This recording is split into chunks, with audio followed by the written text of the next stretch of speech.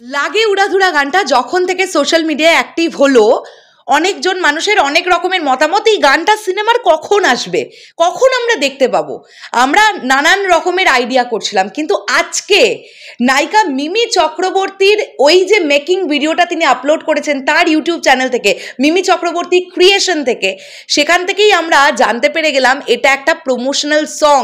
তাহলে কি কোথাও না কোথাও কি আমরা শিওর হয়ে যেতে পারি যে এটা এন্ড ক্রেডিট সিনে আমরা এই গানটাকে শুনতে পাবো? অর্থাৎ যখন সিনেমাটা শেষ হয়ে যাবে, কমপ্লিট হয়ে যাবে, তখন লাস্টে যখন নাম উঠবে সবার, সেই সময় আমরা এই গানটা শুনতে পাবো, ঠিক যেমন জওয়ানের সময় আমরা মোস্ট প্রবাবলি জিন্দাবান্দা গানটা শুনতে পেয়েছিলাম।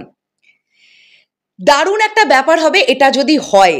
মিমি চক্রবর্তী কিন্তু মেনশন করেছেন এটা কিন্তু একটা প্রমোশনাল সং, তার মানেই এটা সিনেমার মধ্যে কোনো জায়গায় আসছে না, মানে এটা কোনো গল্পের আঁচ ধরে টেনে নিয়ে এসে গানটা চলে এলো এরকম বিষয়টা নয়। তাহলে কিন্তু উনি মেনশন করতেন না ইটস আ প্রমোশনাল সং। উনি বলছেন আমরা প্রমোশনাল সংটা আজকে শ্যুট করতে যাচ্ছি, উনি ওনার ব্লগে বলেছেন, তোমরা গিয়ে চেক আউট করতে পারো। তাহলে হতে পারে এটা হয়তো এন্ড ক্রেডিট সিনেই আমরা দেখতে পাবো এই গানটা। এবং তোমরা ভাবো তো, একদম শুরু থেকে শেষ পর্যন্ত, মানে লাস্ট মোমেন্ট পর্যন্ত, যতক্ষণ না উড়াধুরা গানটা শেষ হবে, হল থেকে কোনো পাবলিক বেরোবে না, মানে লাস্ট মোমেন্ট অবধি দর্শককে নাচিয়ে নাচিয়ে বের করবে রায়হান রাফি হল থেকে, এটা তিনি প্ল্যান করেছেন। দুরন্ত বিষয়, দুরন্ত ব্যাপার। এবং আপনারা খুব লক্ষ্য করে দেখুন, যদি এটা এন্ড ক্রেডিট সিনের গান হয়ে থাকে, সব গান বাদ দিয়ে প্রথমে আগেই প্রমোশনাল সংটাকে আপলোড করা হয়েছে কেন বলুন তো? আপনাদের কি মনে হয় রায়হান রাফি জানেন না যে এই পার্টিকুলার শ্যুটটা অনেকেই সিমিলারিটি খুঁজে বার করবেন বান্ধবী ললিতার সঙ্গে, এটা নিয়ে একটা সমালোচনার ঝড় বয়ে যাবে? সব জানতেন উনি, টিম সব জানে। বন্ধুরা, একটা জিনিস আপনারা মাথায় রাখবেন, নেগেটিভ প্রচারণাও কিন্তু একটা প্রচারণা। হাইপে থাকার জন্য এটাও কিন্তু দরকার হয়।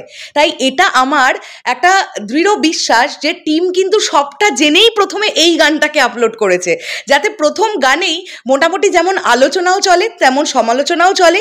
উড়াধুরা গানটার ক্রেজটা মানে এমনিতেই তো এখানে ছিল ওই সমালোচনার জন্যে, যারা হয়তো জানতোও না গানটাকে নিয়ে তারাও জেনে গেছে এই গানটার ব্যাপারে, প্রত্যেকে জেনে গেছে। তো ইটস কল্ড প্রমোশন, আর দুরন্ত প্রমোশন করছে এসবিএফ টিম, চরকি, প্রত্যেকে each and everybody. In fact megastar Shakib Khan তিনি পর্যন্ত রিল ভিডিও শেয়ার করেছেন, আমি তো দেখেই অবাক ভাই, আমার দারুণ লেগেছে।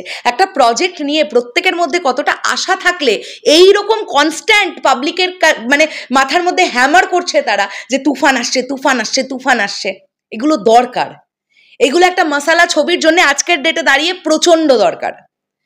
যাই হোক, আমি শেষ করলাম ভিডিওটা। আপনাদের কি বক্তব্য পুরো বিষয়টাকে নিয়ে কমেন্ট করে জানাবেন। দেখা হচ্ছে আবার খুব শীঘ্রই। এখনের জন্য টাটা।